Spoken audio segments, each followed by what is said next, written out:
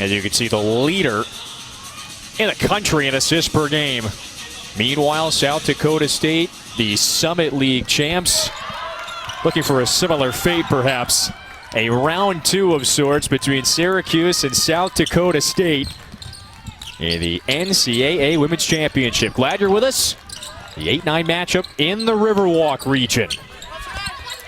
Syracuse, of course, in the white. The Jackrabbits in the bright blue.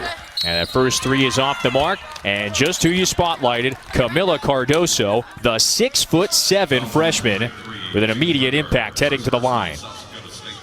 Well, so much was in that first possession for both teams. We saw South Dakota State send a double to the first post touch because they know they're undersized. But probably the worst news of all for South Dakota State is second chance points. They give up size. They're going to have to be able to maintain the paint today and keep the cues off the glass.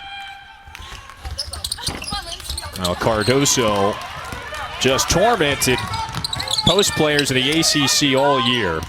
This is the Capital One starting five for the Summit League champs.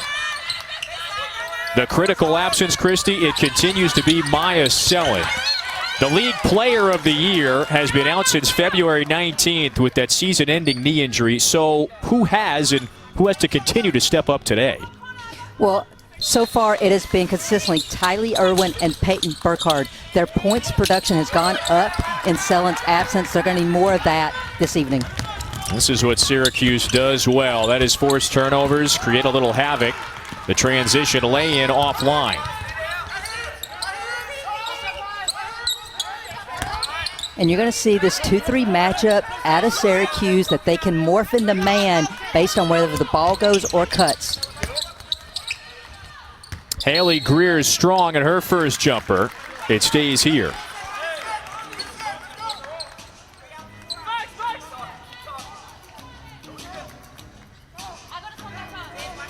An excellent season for South Dakota State. 21 wins, went undefeated in league play. Back in the NCAA tournament for the 10th time in 12 years. Free throw line jumper is strong from Burkhardt.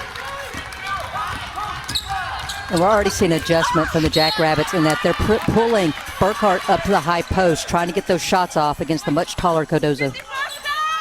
Oh, and there is Cardoso in the Syracuse starting five. That's brought to you by Capital One. 6'7", a shot-blocking phenom, Tiana Mangakahia with the triple. Well, and you could tell already who wants up-tempo pace of play. Syracuse, after the immediately picking up full court to try to speed up the Jackrabbits. How do you expect South Dakota State to handle it? Well, they've got to get ball movement. They are a very balanced team. They like to move the ball side to side and exploit matchups. So there, ball reversal. Irwin got a good look at the basket, just couldn't knock it down. It was good ball movement and a fortuitous balance for the Jackrabbits. Another turnover, that's the second, the first couple minutes. Mangakahia, good feed, laying it is there. Emily Enxler. It's a fast 6-0 start for Syracuse. And they are harassing South Dakota State. Cardoso, 8-zip. Well, I like the pressure by Syracuse, not just because they're turning them over, but because South Dakota State is such a they're a chemistry, they're a rhythm team on offense, and you could tell this press so far has taken them out of all the rhythm. Well, you start setting up your offense later, and after that miss, the Jackrabbits 0 of 5 from the field to start. There's Kiera Lewis. This is Syracuse's leading scorer, and the wild layup bounces down and out. And this is where I think South Dakota State has to be able to score. Off of misses, getting out, trying to score quick in transition before Syracuse can set up that 2-3 matchup. Now, Quentin Hillsman couldn't have asked for a better start for his Orange. 3 of 6 from the field. Just another solid campaign for Syracuse. 14-8 overall, 9-7 in the ACC. Lewis nails the 3. And Lewis has just been that solid player for Syracuse. Led them in scoring a year ago, picked it up, especially in the ACC tournament when so many players were out with injuries and suspensions for this team. She's a player that I think for Syracuse to make a run has to be consistent offensively. And it's Lindsay Thunick with the answer. You just saw the numbers for Lewis. Helped Syracuse reach the semis of that ACC tournament. That's the first Syracuse turnover. Well, there is the head man, now in his 15th season at Syracuse, and he's led the Orange to 8 straight NCAA tournaments, 15 straight winning seasons. The always sartorially refined Quentin Hillsman. Is it bad that I just could not wait to see what he was wearing for today's game?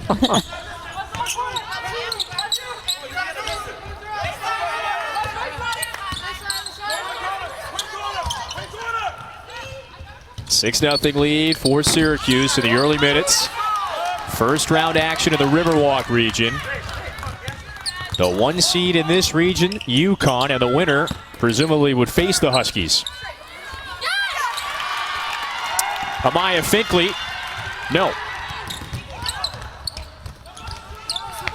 Career open for 3. Well, this is the one thing we know about South Dakota State. There is no quit. They will keep fighting and plugging away. This is a team that already on this season has beaten Gonzaga, has beaten Iowa State. They're a tested team. They just need to get some of the kinks out early, get solid offensively. And I do believe they've got to be patient offensively. No quick shots. Now they're starting to heat up. 1-point game again after the latest Burkhardt make. And that's been the strength for South Dakota State, hasn't it? Very efficient on the offensive end. Now that's been, for the large part, with Maya Sellen. Well, even since Sellen's been out, I really enjoyed watching how the offense flowed in those first 2 games after her injury. I thought it was very balanced. I thought Burkhardt really established herself down low. They just need more of that to get the W today. Boy, a fast start. It's a 1-point lead for Syracuse. 8-9 action in the Riverwalk region. The NCAA Women's Championship is presented by Capital One. What's in your wallet? Beautiful Lady Bird Lake, just south of downtown Austin. We're not far inside the Frank Irwin Center. That's the site of the 8-9 matchup, Syracuse and South Dakota State. The NCAA Women's Championship, of course, in San Antonio and surrounding areas. So at Christie, South Dakota State starts 0-5 from the field and has started to heat up before the timeout. Yeah, and Kevin, they found the open areas against the matchup. Cardoza stayed low, so you saw a couple of high post catch and shoots. And then I just think it's been really good ball movement so far for South Dakota State to get some open looks. They've got one of the top 35 most efficient offenses in the country. Not just the best of the Summit League, one of the best in the nation. As you said, still performed pretty well without Maya Sellen, the Summit League Player of the Year, who was lost for the season back on February 19th. Well, I think that's a couple of points there. They've had some game action without Sellen, so it's not like this is brand new to them. And then after that game action, they just had a week to get more preps, more reps, better chemistry on offense, and I think we're seeing that right now. Oh yeah, big offensive rebound from Tori Nelson. The kick-out 3 was offline. You see Nelson, number 20 in the blue as well. Wears the knee brace. She's not quite 100%, as close as she can be. Suffered an injury in that same game about a month ago. Lewis into the paint. The leaner, that's good. And that's a remarkable pull-up because of the help side. How far they're sagging off everyone on the weak side, mainly because of Cardoso. But for Lewis, it doesn't matter. She's still able to get 2 feet in the paint and elevate and knock it down. Quite nearly the 5th South Dakota State turnover. They're able to pounce on it. Here is Tyler Irwin. That's a great head fake.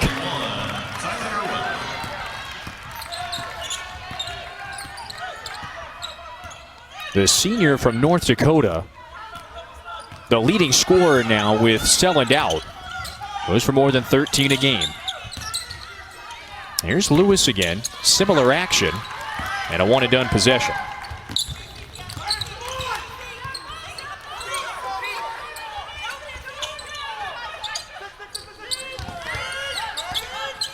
You know, one thing Aaron Johnson told us was that we have to be able to run our zone sets in the first part of the shot clock and then quickly and seamlessly switch to our man sets because of how Syracuse runs their defense. Oh, Cardoso, in essence, blocked 2 shots on that possession. Now the 3 from Strautmane. And when Strautmane can get going from the outside, it just opens up the paint more for Lewis to drive as well as Cardoso. And the immediate answer, Madison Volostin. Well, how critical is she in this one today, the freshman? Well, I talked about how Irwin and Burkhardt had stepped their games up, but the third player who's done that has been Volostin since Sellen's gone down. A great outside shooter, and she's just been money since Christmas. Now it's Cardoso battling inside the tumble, and Strautmane is on it. Mangakahia nails her second 3. And it's going to be an uphill battle for South Dakota State if they cannot limit Syracuse to one and dones. We're seeing Syracuse just keep the ball active and get second chance points already. That jumper is down for Volostin. Well, Syracuse can just devour you in the paint in many ways, no? Oh, absolutely. I mean, I said coming into this game it was going to be about paint points. Can South Dakota State generate enough with the size of Syracuse down low? And then Syracuse has to be able to finish. Great rim run there by Cardoso, but just couldn't finish. 2-point lead for the Orange. Irwin's fall away is short.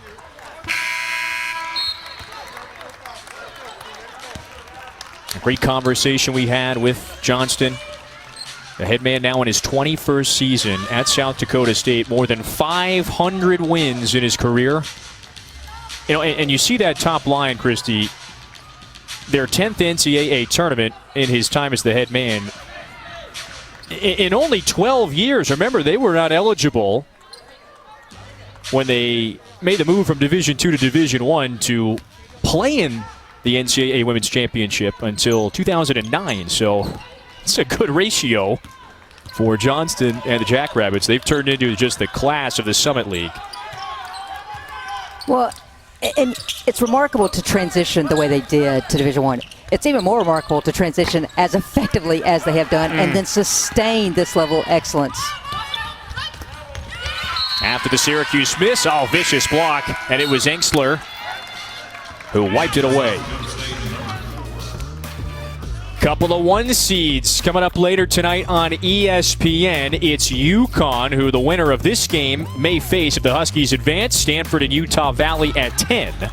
It's also on the ESPN app. Watch it anywhere. Boy, it is 2 years in the making. Is it not? Here we are in these teams in the San Antonio area. Some games that Plurus played in Austin and San Marcos. And just a credit to everyone involved, players, coaches, administrators, officials, to make this happen. Yeah, yes.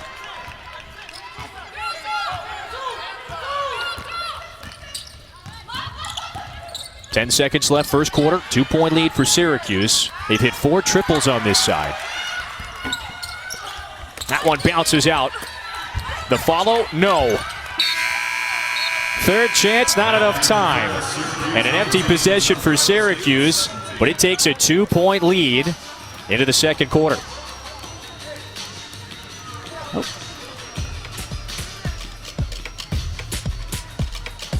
Second quarter when we return.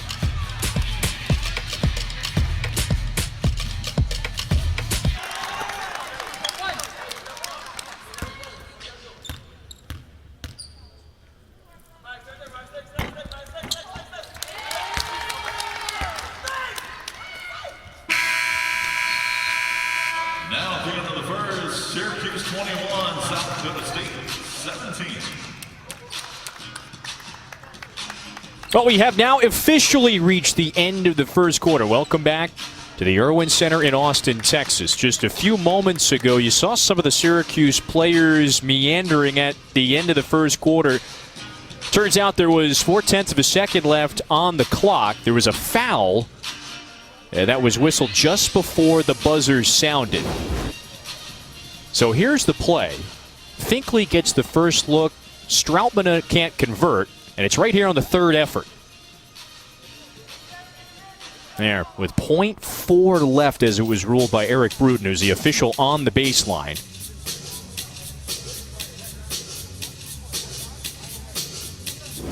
Now, neither free throw was converted, or pardon, both were converted, so it's a 2-point lead for Syracuse at the end of one. Well, Christy, you were talking about it. Tiana Mungakahia's impact, not just on this year's team, on this program. I think Quentin Hillsman said it best. She is someone who just does not run away from challenges on the court, nor has she done that in life off the court. I've learned so much about myself. Whatever is thrown at me, like, I know that I'll be able to get through it.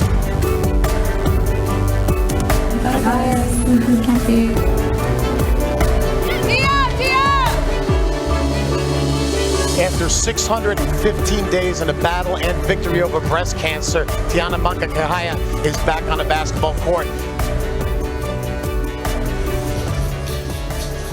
Just incredible strength and perseverance. As you heard, she was diagnosed with stage 2 breast cancer in June of 2019. You saw that last day, February of 2020. That was when it was officially official. She was cancer-free at that time. And by the way, Christy, all of last year, she missed, not on the floor, never missed a home game. Even the season opener, a day after the surgery in November, she was there supporting her teammates, battling and defeating cancer. It's just inspiring. Well, you talk about the impact she's had on basketball. I'll say it's the impact she's had on women and people across the country. I mean, KL Foundation has highlighted this young lady because of her extraordinary just faith and fight against this disease. And, credit to her that she caught it early, that she didn't wait when she found the lump. Finding it early is the key. And this young lady I've always been a fan of as a point guard. The way she handled her fight just raised her in my eyes even more. I will continue to be a Tiana fan for the rest of my life, on or off the basketball court.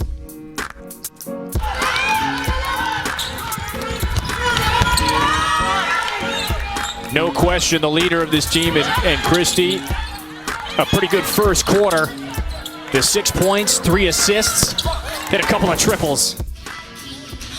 Well, Kevin, you don't win at this stage of the year without quality point guard play, and that's where Syracuse has such an advantage with Tiana on the floor. She's the table setter. She doesn't make bad decisions because she reads things so well. She knows who to get the ball to and when. This is one of the top point guards in the country. Now in her 6th season of college ball. Remember, she started at Hutchinson Community College in Kansas. 4 years at Syracuse. Missed all of last year. And back for what could be her last year of college hoops. And she mentioned it when the bracket was revealed. She certainly remembered the outcome when these two last faced off 2 years ago. And just brought a smile to her face. I think a lot of these Syracuse players remember, many of them on the court right now played in that game, still feel what it felt like to fall 2 years ago. Lewis offline. And I think that's a shot South Dakota State's fine in giving up. Trying to avoid those low post touches and the dribble penetration of Syracuse is what South Dakota State wants to do. As we see a player, it looks like some blood on the floor right now. That's Amaya Finkley. Ooh. That's the senior from Dorchester, Massachusetts.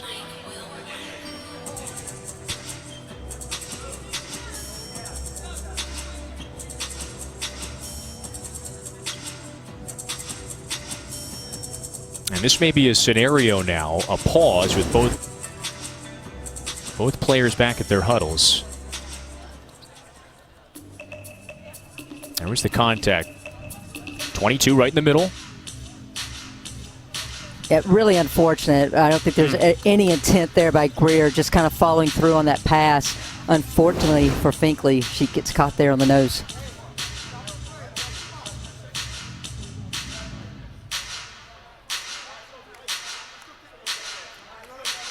And so, you're right, unintentional. The official's not taking a peek at anything, just cleaning up the playing surface. Well, Quentin Hillsman was outlining it to us a couple of days ago, just how impactful Finkley has been, not just with her play, but just a guiding voice for the freshman, Camila Cardoso, this year. Right now we're going Yeah, Kevin, he said that Finkley's allowed Camila to just excel, always helping her, and has accepted that she's playing less minutes and not starting, but she's doing it because she knows it's for the betterment of the team. And so, in fact, we will take a peek at this. You just saw Eric Bruton put the headset on, part of the officiating crew with Julie Cromanhook and then Douglas Knight. So this was Greer. I mean, honestly, Kevin, officials don't agree with me very often, but I mean, there's no intent here whatsoever. Let's play. Let's play. And I'm with you, and I would think it's hard to. After review, we have.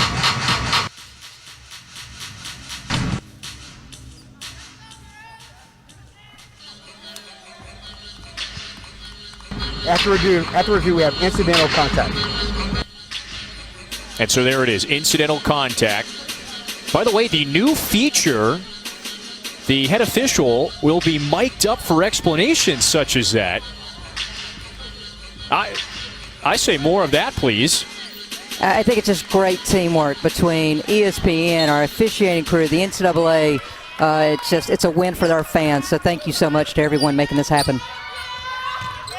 Now, Natalie Seger, she's with the NCAA, instrumental in making that happen. So incidental contact. Would have been hard to determine there was intent just from looking at the replay anyway. And South Dakota State down 4. Still the opening minute of the second quarter. Oh, the pass went one way. And a jump ball. Kaylee Tyson went the other way. I do love that South Dakota State's trying to get the ball down low because it's high percentage, but it also forces Syracuse to make some decisions defensively. Unfortunately, just haven't been successful consistently.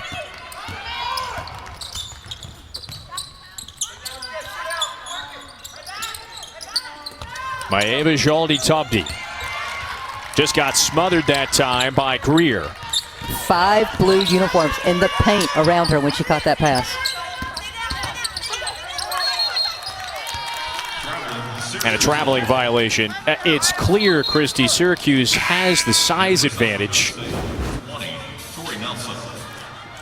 I mean, watch this pass go back in. 1, 2, 3, 4, 5. There's not much she could do with it there except try to get rid of it. Great defense by South Dakota State.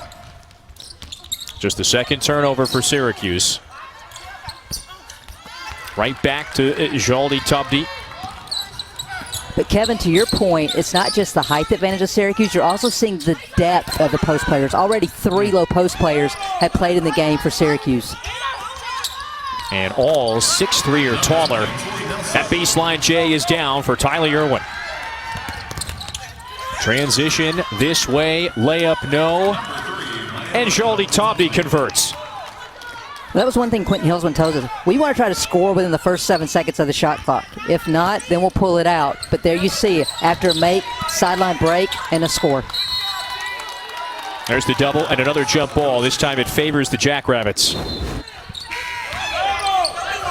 Great job by South Dakota State. Ball goes high-low, finds Nelson with the baseline cut in that short corner, which opens her up. But then Syracuse wastes no time to push it back in transition, and you see Jaldi-Tobdi there to clean it up. Syracuse today playing with just 9 players. Here's Cardoso back into the game and whistled for the personal. So there's always different schools of thoughts on how you attack a big. Some say run it up and down the floor, tire them out, try to get high percentage looks. Other coaches will say go right at them. We saw that in this play by Nelson attacking her off the bounce and drawing that foul. Nelson, the sophomore from Mendota Heights, Minnesota. Averages 9 a game. That was Tyson to make it a 2-point game for South Dakota State.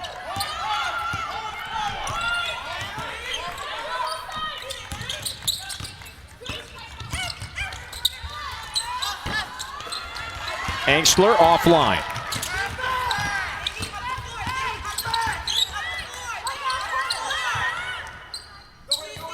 Jackrabbits at one point won 18 straight this year before falling in their first game of the Summit League tournament. Count the basket, and Tori Nelson has one more to give the Jackrabbits a lead.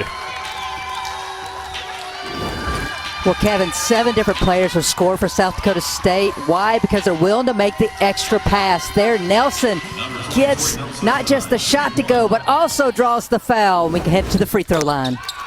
And it's a 4-point play. After falling behind by as many as 9 early, it's a 2-point lead for South Dakota State. And give it right back to Cardoso, now has 5. Well, she caught the ball and immediately went to that drop step move so that the double/triple team couldn't affect her. My goodness, the 7th Jackrabbits turnover. Lewis fouled. Foul on number 20, Tori Nelson. First personal. Well, Cardoso runs the floor and just starts sealing immediately. 2 feet in the paint, drop step before the double can get there, and then just kisses it off the glass. Great soft touch near the rim by the post player. Aaron Johnston told us 2 days ago, it's one thing to be 6'7", like Cardoso is. It's another thing to be 6'7" and really good, which the Brazilian is. Named the ACC Rookie of the Year. And this may be a lane violation. It's on Syracuse. Possession to South Dakota State.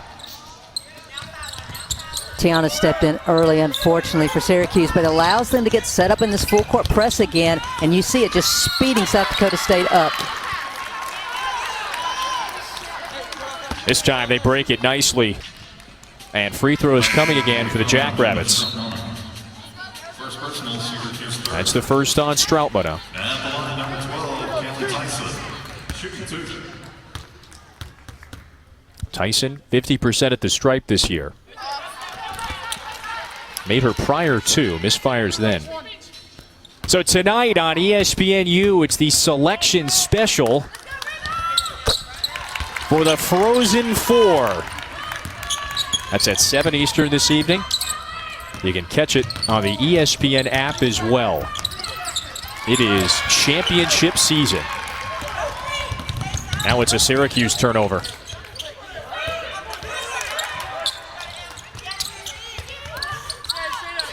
Feed it to Tyson. One dribble, lowers the shoulder and scores. I'm so glad Tyson finished that one because she missed Irwin flashing to the basket. But again, it's just great ball movement by the Jackrabbits. Ball movement and balance. 7 different Jackrabbits have scored. They're on a 9-2 run. First round action, Riverwalk region. Winner plays presumably UConn. Should it beat High Point? Oh, a twist and a layup. There's Lewis. Just has a knack for scoring. The senior from Chicago in the paint. You call it knack. I call it a beautiful little reverse spin move that allows her to get to the rim. Pretty move by Syracuse's leading scorer. Tyson again. Irwin wide open. Angstler clears it. Syracuse on the move, attacking Cardoso. This time can't convert with the right hand. Well, you mentioned it, just how good Cardoso is, but she's 6'7" and runs the floor. Angstler with the steal, and she can't finish the layup either. Well, that looked like a soon-to-be pick 6. Angstler couldn't lay it in, and so consecutive possessions, Syracuse has missed it at the rim. Kevin, is that like the pick 6 where they drop the ball before they cross the end zone, the goal line? Oh, now that's the brutal one. That was a little DK Metcalf catching the defender from behind, I think, right there. Well, South Dakota State has caught Syracuse. They've taken a 1-point lead. Well, and there's no quit in the Jackrabbits. Extra pass into the low post. And you see Tyson go by the defender, kisses it off the glass. And then Lewis will not be denied. Spin move, kiss it off the glass.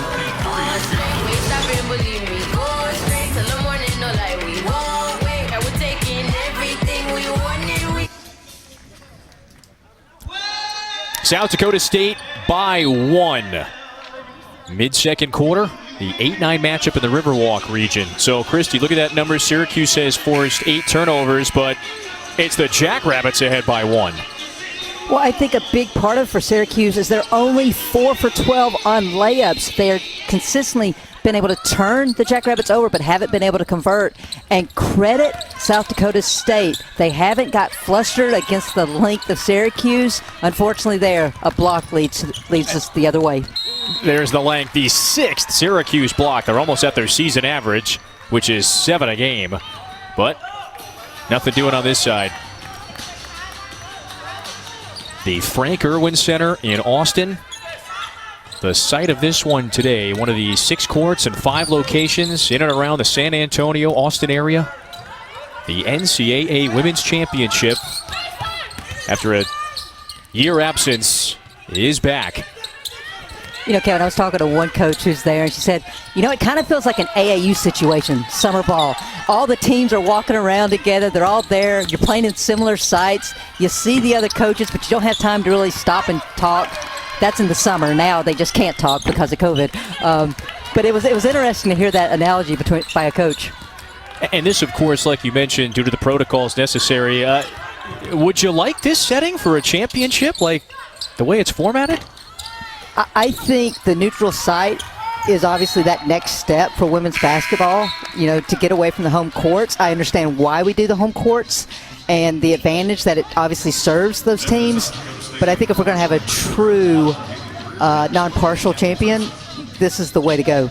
I think we're going to learn a lot over the next 3 weeks that hopefully we'll use moving forward.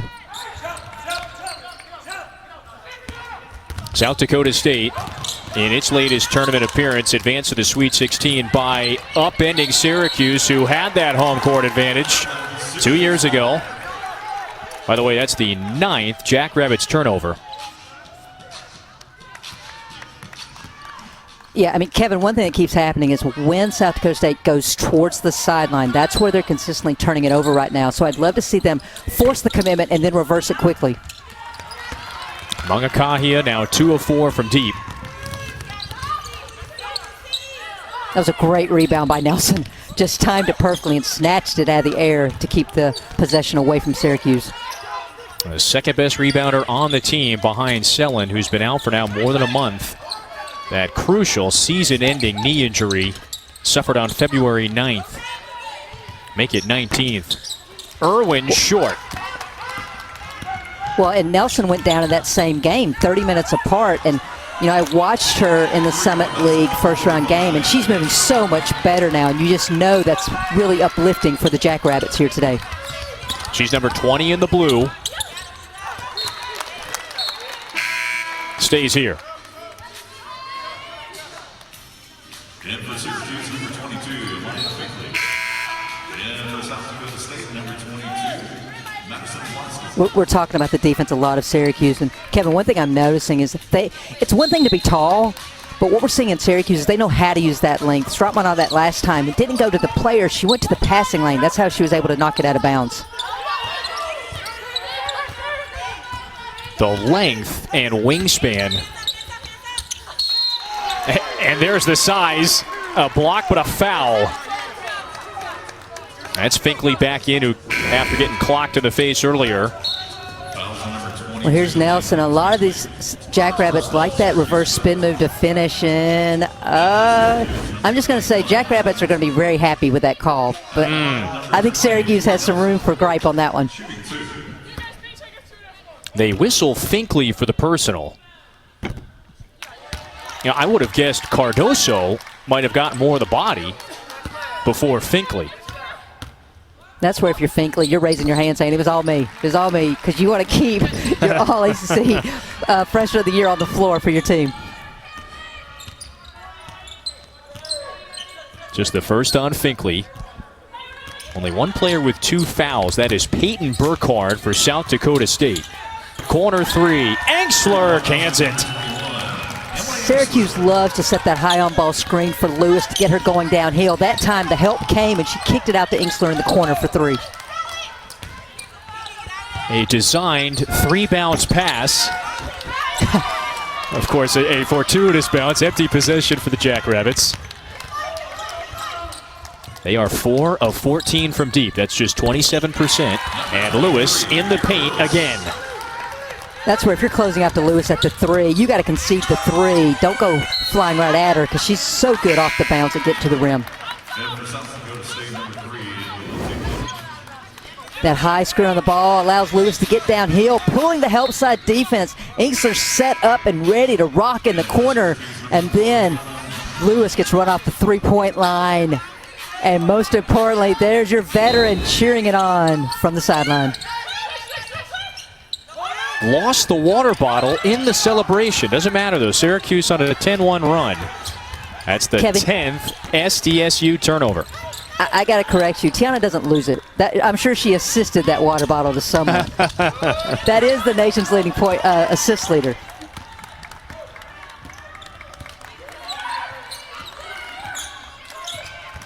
What a career it's been for number 4 in the white. More than 700 assists, the NCAA's active leader. All with the basketball, not the Dasani. Lewis, offline. It's a 6-point lead for the Orange. Coming up, the AT&T 5G at the half. Georgia Tech with perhaps an upset brewing. They'll fill you in on that. Plus, a look at UConn's season and what Paige Beckers has done this year.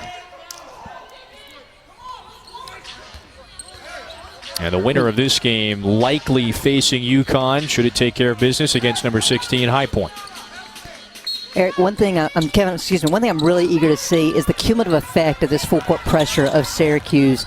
Does it eventually start to wear down the Jackrabbits in the second half? Because there's multiple reasons to press. We've seen it they've turned them over a couple of times. But can, first of all, the Jackrabbits at halftime figure out a way to consistently take care of the ball and attack this pressure to convert? Or could it just lead to wearing them down here in the second half? Volostin gives it away. This is Engstler. Right hand scoop. That's down. It's a 12-1 Syracuse run.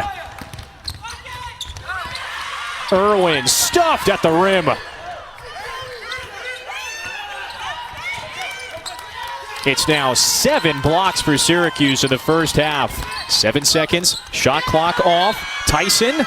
Oh, it stays here, but with 3.9 left. Great Another set one. play call by South Dakota State. But I'm sorry, when Finkley's just sitting there waiting for you. Finkley's just in the paint, disrupting everything right now. Back-to-back blocks for the senior. There's a whistle with 2.9 right off the inbound. It's a personal foul on Kiera Lewis. So that sends South Dakota State to the free throw line for 2. And a critical foul with 2.9 left. Nelson, 74% from the stripe.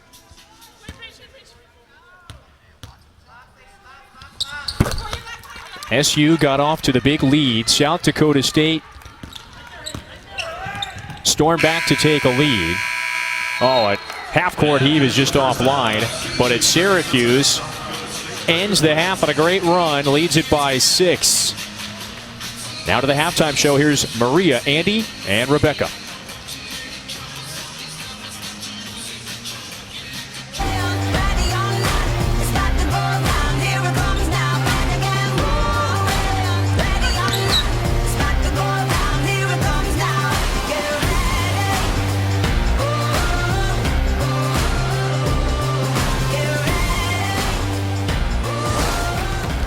Welcome back to the NCAA Women's Championship presented by Capital One. The 8 seed in the Riverwalk region, that's UConn's side of the bracket, has a 6-point lead over South Dakota State with Christy Tomascuddy, Kevin Fitzgerald with you. You see the numbers. It's been a battle in the paint today, has it not? As Cardoso goes immediately to work.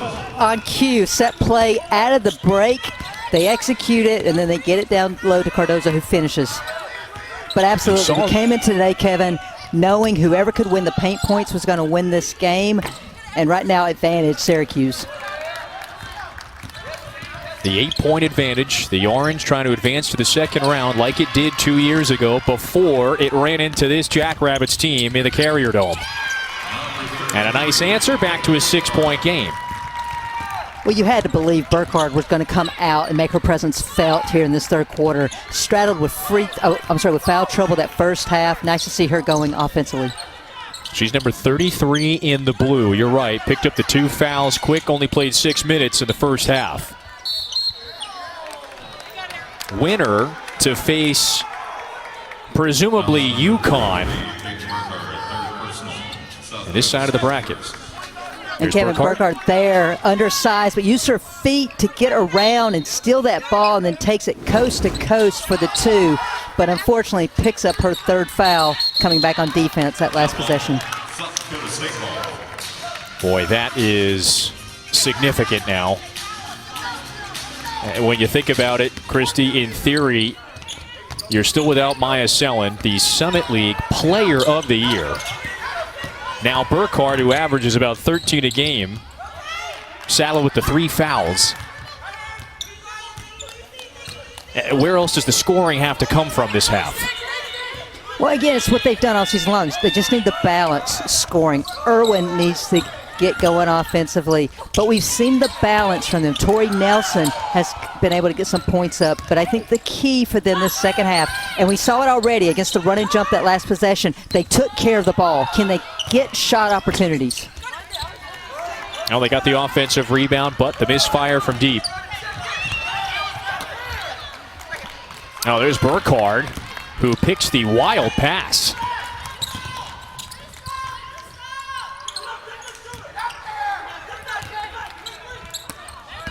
Inside turnover. Haley Greer just saw Burkhardt a second too late, which led to that turnover. Angsler so good with that anticipation, and Mungakahia drills her 3rd triple. And so off of the make immediately, the full court pressure from Syracuse. It's forced 13 Jackrabbits turnovers. Greer, the pass fake, got it blocked, and Nelson there to clean it up. Great job on the offensive glass. I mean, that's the crazy thing. South Dakota State's doing a decent job on the glass. They just don't have an answer for the 6'7" Cardosa down low. Here's Greer with a little, just trying to go Euro by the length of Syracuse. Can't get to go, but Tori Nelson there for the putback in 2. Which I would think is a point that Quentin Hillsman spent some time on in the locker room. The size, length advantage. Yet South Dakota State, thanks to those second efforts, hanging around within 7. Well, I'll say it again. They're undersized, but they fight. The effort has been there. And I can't say enough. I mean, Burkhardt has the 3 fouls, but she's 6 foot, battling the 6'7" Cardosa down low this entire game. The Brazilian rookie, the ACC Rookie of the Year, has Syracuse ahead by 8. And South Dakota State already doing a better job against this full court pressure, trying to keep the ball in the middle of the floor because they turned it over so many times on the sideline in that first half. Burkhardt from the elbow. Great job of flashing to the ball by Burkhardt to the elbow, that vulnerable spot of that 2-3 matchup. Oh, it was an easy look, and Cardoso blew it. Jackrabbits, other way, count the bucket, and this could be a 5-point swing. Well, Kevin, as a coach, you always told your players a missed layup on one end leads to a layup on the other end. Here, Burkhardt, great hands, and the finish for the and 1. Burkhardt with 6 quick points in the second half already after just 2 in the first. The junior from Aberdeen, South Dakota. Group a couple hours away from Brookings. The Jackrabbits at 21-3. They blew through the league, went undefeated. Had to deal with the Selland injury, lost in the first round of the Summit League tournament. Looking to do this again to Syracuse and maybe knock them out of the NCAA tournament. Well, one thing right now for Syracuse, I mean, Tiana now has 5 turnovers in the game, and they've been ill-advised passes. I think that's just where she's been greedy because she knows she has the height advantage down low with Cardoso. But I love right now the adjustments made by South Dakota State. First of all, Burkhart gets her 3rd foul, so they bring Tyson in off the bench to get her off of the low post player to help save her from another foul and let her be more free on the offensive end. SDSU with the chance to maybe tie it here. Instead, inside, Tyson had the shot affected. Stroutmana in rhythm 3. Bricks it left.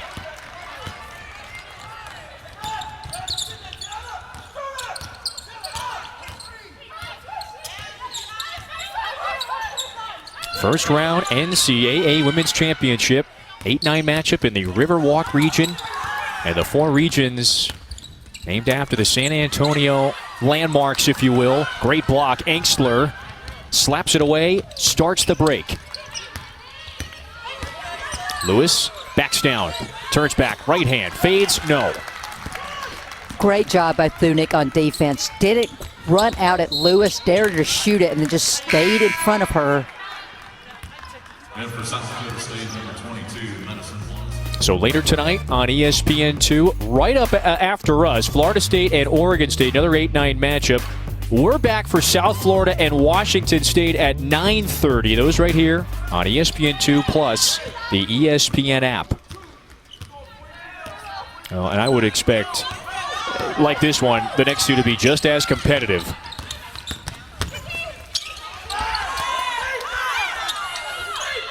A scary day, if you will, as Engstler misses for the ACC.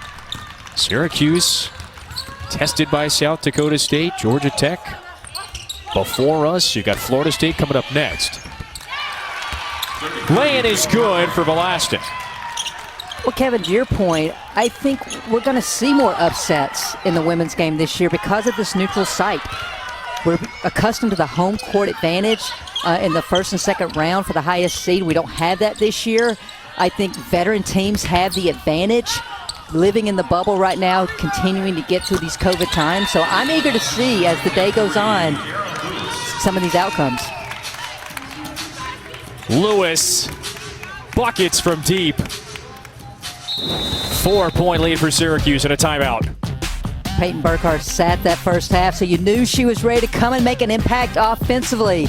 And then the assist yet again for Lewis for 3.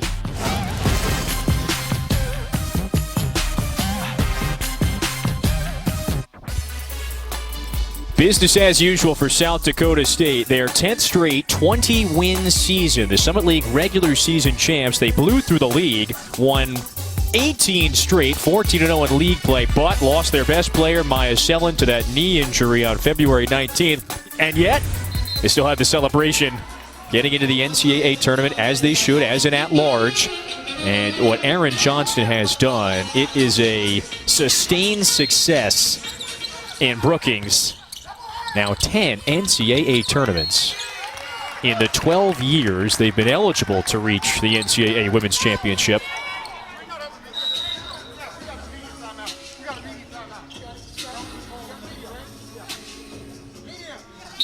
Syracuse knows about Johnston's Jackrabbits all too well, knocking off the Orange 2 years ago.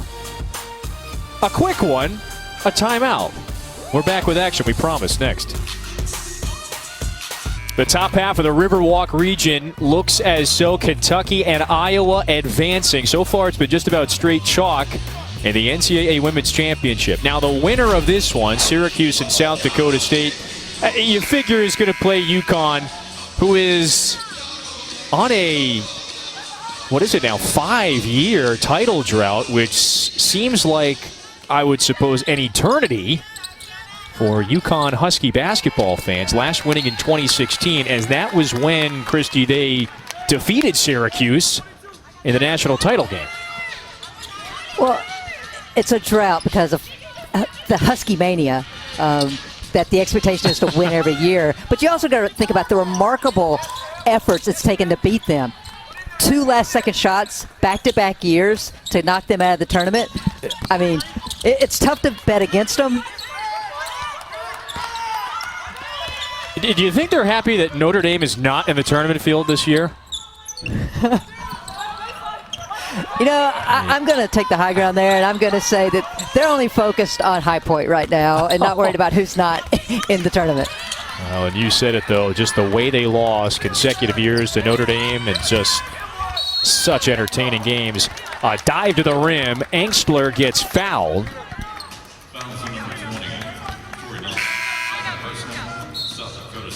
We just mentioned it. How about the run that Syracuse made 5 years ago? Advancing to the first Final Four in school history and reaching the championship game. And look at some of the teams and programs, Christy, they beat along the way. South Carolina that year was the 1 seed. Tennessee, and a very good Washington team as well in the Final Four. Absolutely. I mean, that was Kelsey Plum in the Final Four. And just a great defensive effort by Q Hillsman and his team to advance to the finals. Quentin was telling us it was earlier in the year, maybe a month or two before the postseason, when Syracuse lost consecutive games in just blowout fashion. And it was after that game a meeting where he really challenged his team and just told them, what do we want to be this year? And it didn't take much else after that. They went on a great run to end the year, reaching the championship game.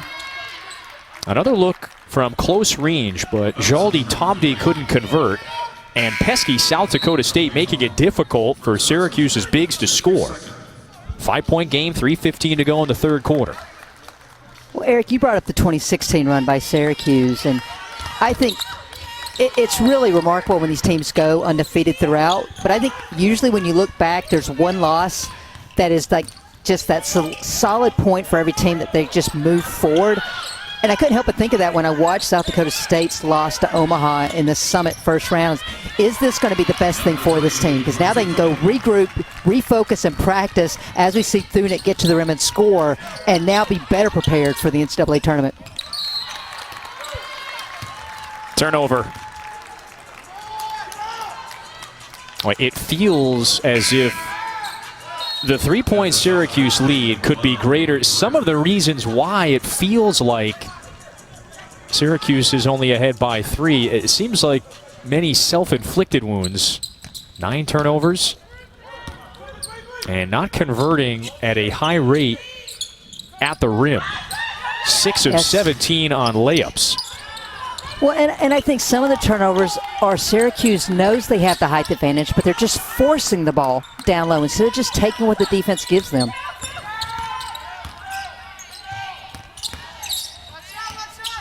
Late in the shot clock.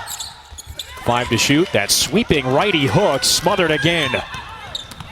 Bounce pass. Sweet feed to Lewis. Couldn't get it. Door remains open. On the drive. Righty scoop. Oh, it's an offensive foul.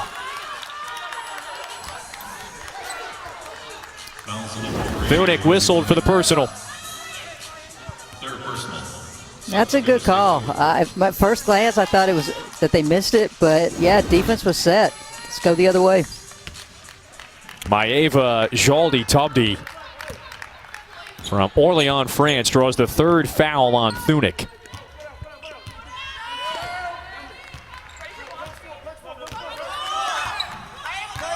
You want me? It's just more patience on this end for Syracuse? Yeah, I mean, I just think right now, now we see they're trying to exploit Stromina down low with a mismatch, but instead they turn it over yet again. And another ill-advised turnover, as you mentioned. That's a 3-second violation on Cuse.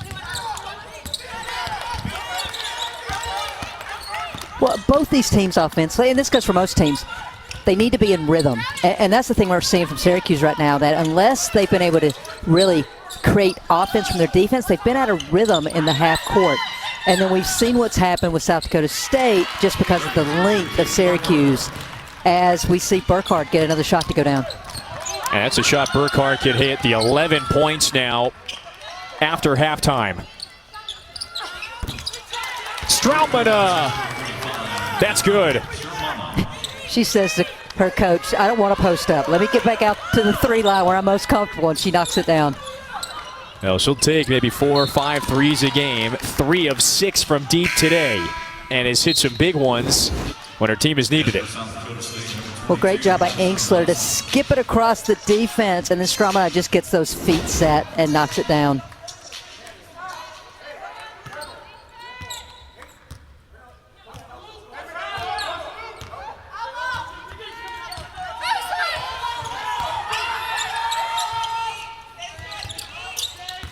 Burkhardt faces up. Strautman cuts her off. Good defensive sequence. 2 to shoot. Tyson, no, and it's Thunick with another offensive rebound. That's now 13 for South Dakota State. Thunick has done so many little things. She's defended well, running down loose balls, taking care of the ball, kind of slides in that backup point guard role when she needs to. And you can credit her for giving Greer the chance to score. 2-point game, 12 seconds to go, third quarter. Syracuse can hold. Mangakahia. 3 seconds, Enksler deep 3. 2-point game going to the fourth quarter. 11 points for Burkhardt in the quarter. She was huge. Well, you just see what effort will get you. Thunick with the offensive rebound. And then Greer off the bounce. Savvy with the ball. Uses the reverse to kiss it off the glass to cut the lead to 2. Coach Hilsman's got some adjustments to make.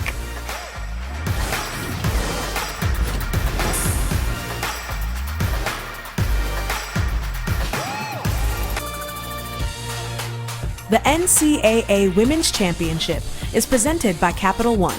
What's in your wallet?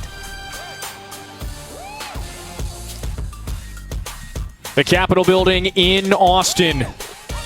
Just a few miles away inside the Frank Irwin Center on the campus of the University of Texas. Quarter number 4. Syracuse with that 2-point lead, but Quentin Hilsman not happy at all with his senior point guard, Tiana Mangakahia.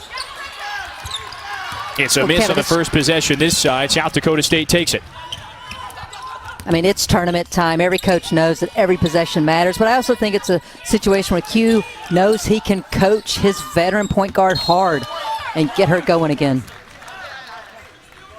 She scored the 9 points, 3 of 6 from deep, 6 assists, but it's another number 6 turnovers that have been costly at times. One of the better guards in the country looking to step up.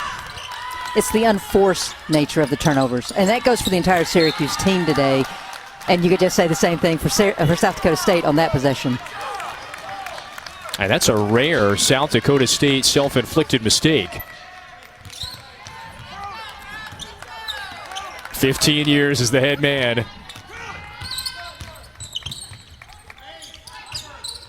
He's led Syracuse to the NCAA Women's Championship 8 straight years. He told us no velour this trip. I said, why not? He said, it's too hot in Texas for velour. and I honestly, watching him work the sidelines, I understand that feeling now. The Jackrabbits have a chance to take the lead for the first time since the midway mark of the second quarter. 3 in the air from Greer. That one bounces, and it's Strautman with the rebound. Enksler got it. 5-point lead for the Cuse. Enksler stepped back to make sure she had the 3 there to knock it down. The answer won't go. And a loose ball foul on South Dakota State. Well, we talked about how Tiana had to get it going. There she passes ahead. Enksler steps back behind the 3 and knocks it down. Boy, what a year it's been for Angsler, the junior from Manhattan, the pride of St. Francis Prep in Brooklyn.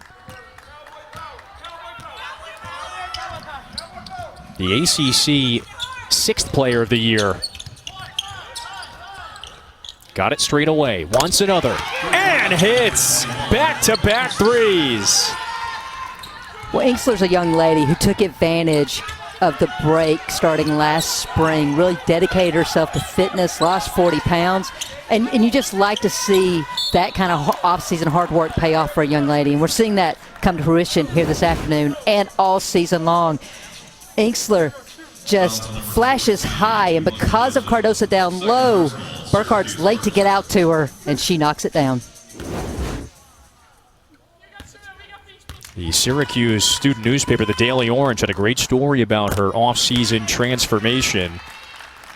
And you're right, taking advantage of the lockdown, if you will, she and her sister kind of pushed one another. And in the best playing shape of her life, having a great year, nearly averaging the double-double, and has some critical three-pointers in the fourth quarter to have Syracuse ahead by 6. They're looking to get back to the second round for a second straight tournament. Well, when I was doing film on Syracuse, I wrote down next to Angsler, just Swiss Army knife. Because she does a little bit of everything. Sets her team up, defends, rebounds, knocks it down from deep, can create off the bounce. That time, though, just couldn't get it to fall. Foul number 45, Edna Sherman. Second personal, Syracuse. So on Thursday, it's the quarterfinals of the NIT right here on ESPN. NC State and Colorado State square off. You can also catch it on the app.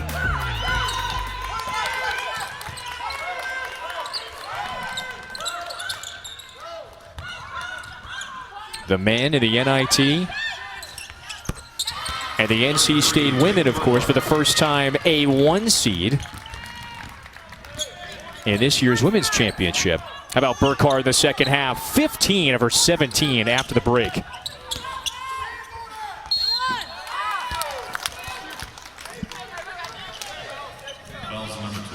Foul with 6:46 left. Syracuse is definitely liking the matchup of Tyson on Angsler. They popped her out for 3. That time they had her just getting to the rim and drawing the foul. 14 points. Above her season average of 10 a game.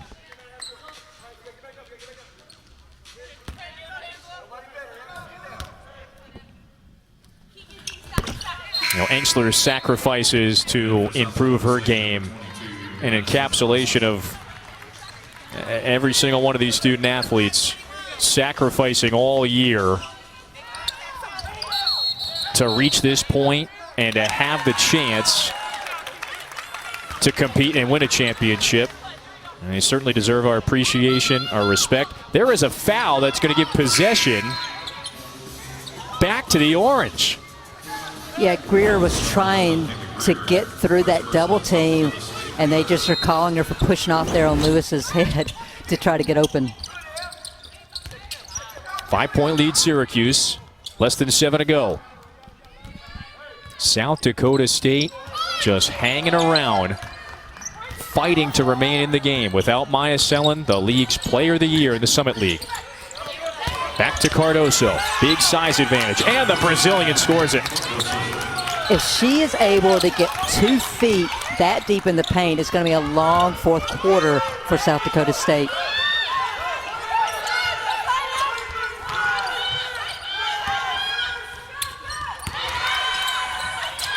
Near turnover, and that is the giveaway.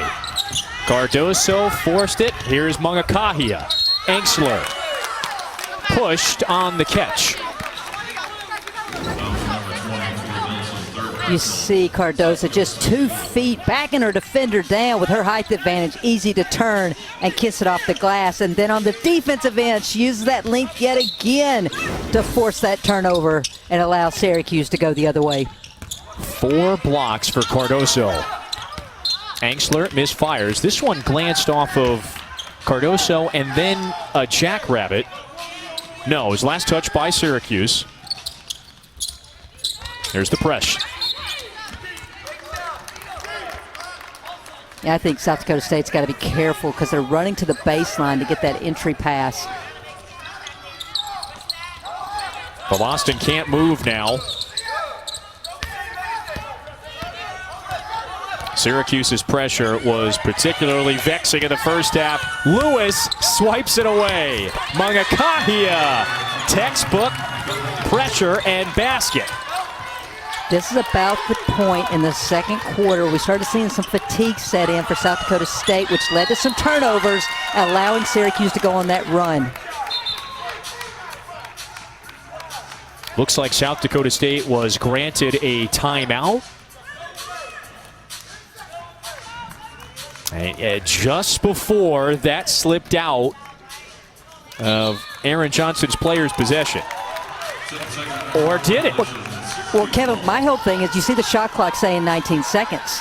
So that should be a turnover. This is what I'm sure they're arguing about right now, or he's arguing with the officials about.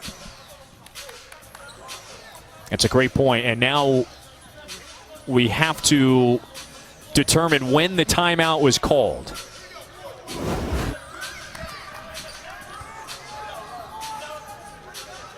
Now, ball's going to come back to this side, to Thunick. Johnston bottom right. Clock malfunction at this time. And that was... Great job by Lewis there, just picking the pocket and then setting up her teammate for the easy two. Well, one thing I saw, Kevin, is the official obviously blew the whistle, hand in the air, and then the clock kept going. So that 19 seconds, from what I said earlier, should not have happened. It should have at least been before then that the clock was stopped. But to the point, did she have possession when they granted the timeout? Here's Eric Bruton.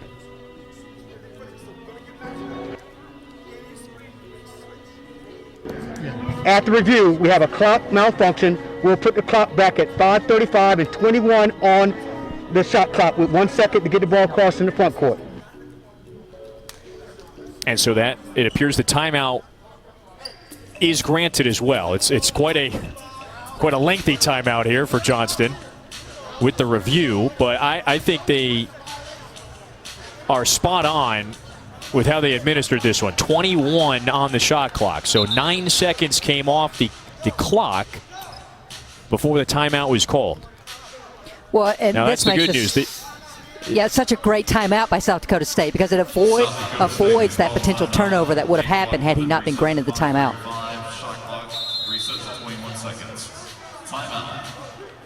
And so this will now be the timeout for South Dakota State. All the time in the world for Aaron Johnston, his team down 9.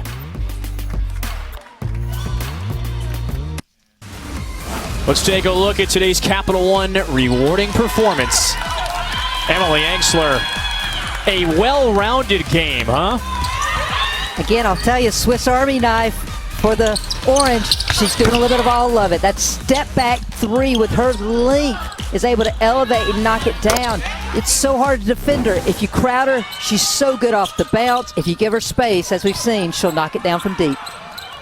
So this was critical. South Dakota State, after the timeout, had to get that into the front court, which it did in 1 second. Down 9, the Jackrabbits need a run, and fast. Oh, a player goes tumbling. Tyson. I thought Tyson got fouled. All sorts of pressure, yeah. I mean, just look how hard Tyson's having to work to try not to allow Cardoso to have that paint position. Cardoso sets the screen. Mangakahia, fire, down and out. Last touch by the Jackrabbits. Tyson puts it on the ground, and that was a foul. I mean, Syracuse got away with one big time there. Stroutmana, no. Look at this. 13 and counting for Syracuse. Chasing Baylor's NCAA tournament record of 16. So are we going to put Cardoso in the same category there with Brittany Griner? Oh, that's a gaudy comparison. Oh, that's my point. I mean, this is a young freshman who is making her presence felt in her first ever NCAA game.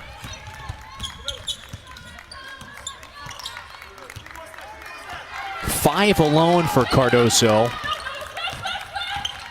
Engstler with 4 as well. Those two have combined for 9. Here's Lewis. Too much space. Oh, the wedgie. I mean, that's... And a couple players trying to leap and knock it away. Well, and Lewis was open, but if she would have just looked inside, Cardoso had the seal yet again for that higher percentage look. And I'm also trying to move on from the wedgie comment, Kevin. The assist from the arena staffer there, using the floor mop to get it loose. An 11-point lead for Syracuse, less than 4 to go. And the Jackrabbits have to make up ground. They're facing their largest deficit. Oh, Cardoso again! I love the fight of the Jackrabbits, but they've got to start doing some pull-up jumpers because Cardoso's sitting in the paint waiting for them on those dribble penetration drives. South Dakota State made it a 2-point game earlier this quarter. Since then, Syracuse is on a 13-4 run. Engstler, head fake, shot in the air. And, oh, it gets the friendly bounce. 18 points, 3 triples now. Make it 4 for Engstler.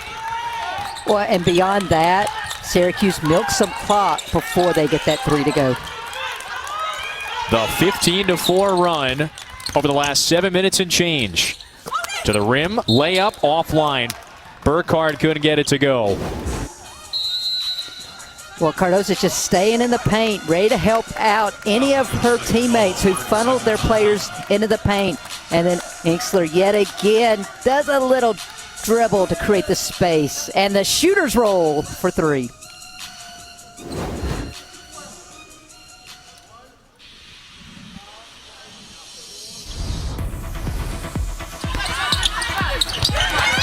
Team blocks and counting for Syracuse.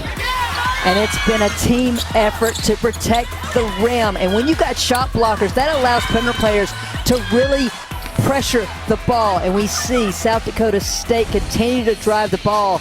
And so you said the 14 blocks, but beyond that, how many other shots have they altered because of their shot blocking presence?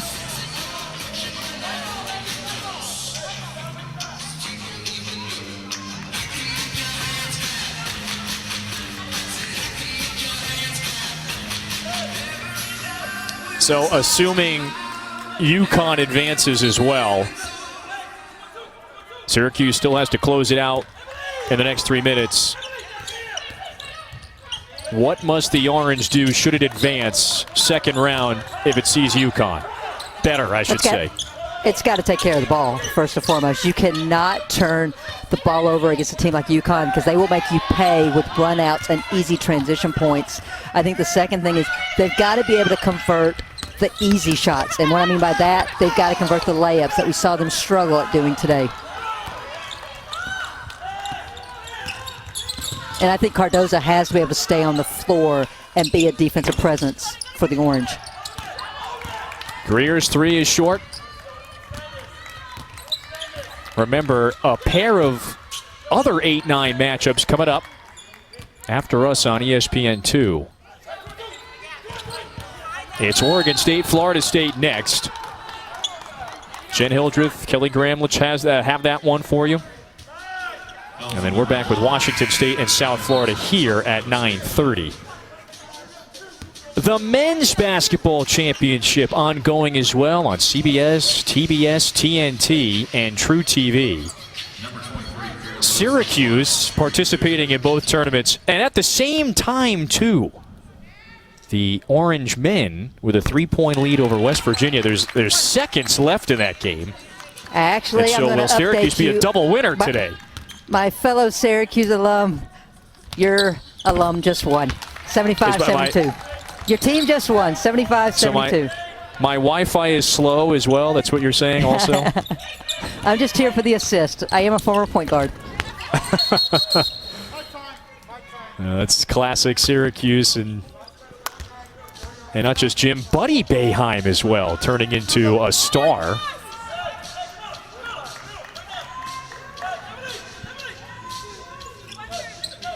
$16-point advantage for the Orange here in Austin. South Dakota State extending their pressure, just trying to force a turnover and get back in this game. Syracuse calls timeout. Timeout, Quentin Hillsman.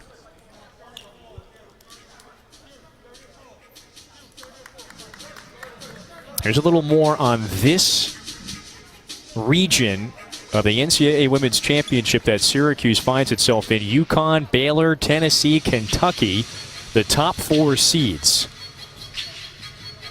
You've also got 4 of Division I's top 10 scoring teams in this region. Iowa, Baylor, UConn. Now, Florida Gulf Coast did fall earlier, but Iowa and Caitlin Clark, it's a loaded region. Well, I know Kentucky wants to have something to say with this matchup of the 2 best freshmen in the country between Clark and Beckers, but it makes you wonder what kind of impact can a defensive-minded team like Syracuse have in this region, because can their defense slow down some of these high-powered octane offenses?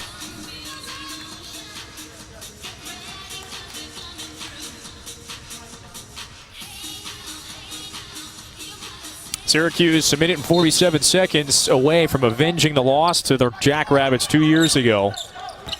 They ended that game on a 16-2 run to upend Syracuse in the Carrier Dome. Over and back is the call. Both officials were on that. Total agreement on that call.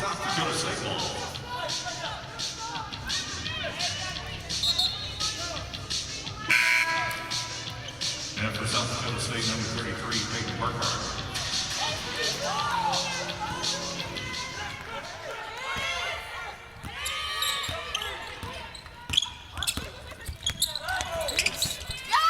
Those are the Jackrabbits' first points in 5.5 minutes. It just went cold at the wrong time, but I think you can also credit the Syracuse pressure, forcing 21 turnovers today. Absolutely. That's a big reason why they went cold. Absolutely. As much as it's cold, I think it's disrupted their offensive flow. As I said a couple of times, South Dakota State's definitely a rhythm team, and that's where the Syracuse high-pressure defense and shot blocking ability took South Dakota State out of it here this second half. Tiana Mangakahia, 11 points, 7 assists, hit some key threes in this second half as well. Performing when it mattered most. I think it's the presence as well. A steadying force. Yes, she had some turnovers, but she knows who to get the ball to and when. And that's such a critical trait of any great point guard, and this young lady has it.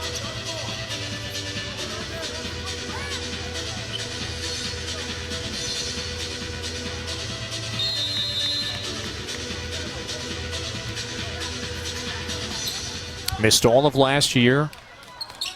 Returning, of course, for a chance like this to play in the Women's Championship, win a game as well. And Syracuse, a little more than a minute away from advancing to take on likely UConn in that 1-8 matchup of the Riverwalk region. Fouls on Thunick. I don't even think Thunick purposely fouled. I think she was just trying to get a hand up around Cardoza and got caught for that from behind.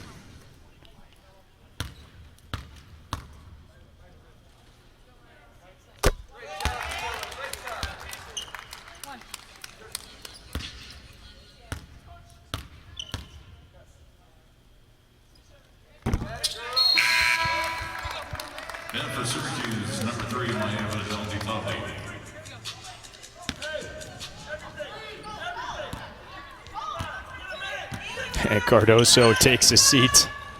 12 points, the 6 blocks as well. And it will be remember, about a 90-minute bus ride back to San Antonio to prepare for your second round game.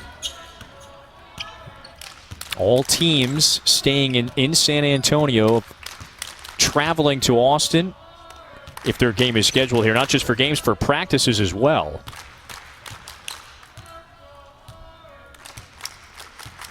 At Syracuse, watch South Dakota State get back within 2. It was a 50-48 game late in the third, early in the fourth. Since then, a 22-6 run. And the Orange on their way to advancing to the second round. Well, I just Tyler Irwin gets fouled. I just want to take a moment just to say what an incredible year by South Dakota State. Picked second in the Summit, goes through the regular season undefeated, losing their All-American candidate in Maya Sellen, and unfortunately losing that first round game, but regrouped, came out here, and for the better part of 3 quarters really battled with the Syracuse team, but just didn't have enough this evening to try to get the upset yet again. 20-win season for the 10th straight year for just the class of the Summit League. Mangakahia can dribble it out.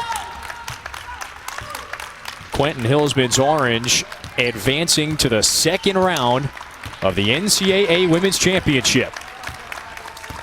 A 17-point win over South Dakota State. A little revenge on the Jackrabbits. 2 years in the making.